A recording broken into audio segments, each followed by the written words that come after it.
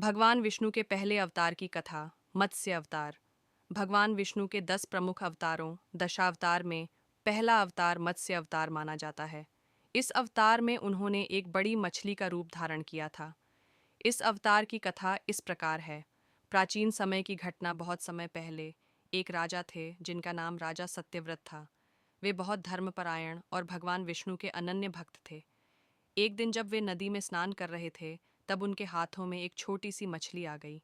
मछली ने उनसे विनम्रता से कहा, हे राजन, मुझे बड़े जीव खा सकते हैं, कृपया मेरी रक्षा करें। राजा सत्यव्रत को मछली पर दया आ गई और उन्होंने उसे अपने कमंडल जल पात्र में रख लिया। लेकिन आश्चर्य की बात यह थी कि वह मछली बहुत तेजी से बढ़ने लगी। जब कमंडल में जगह नहीं बची, तो राजा ने उसे एक बड़े घड़े में डाला।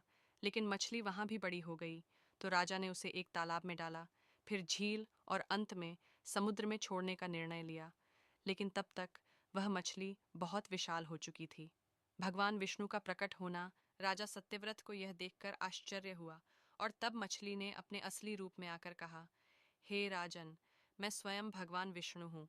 मैं तुम्हें एक आने वाली बड़ी प्रलय, महाप्रलय के बारे में सचेत करने आया हूँ।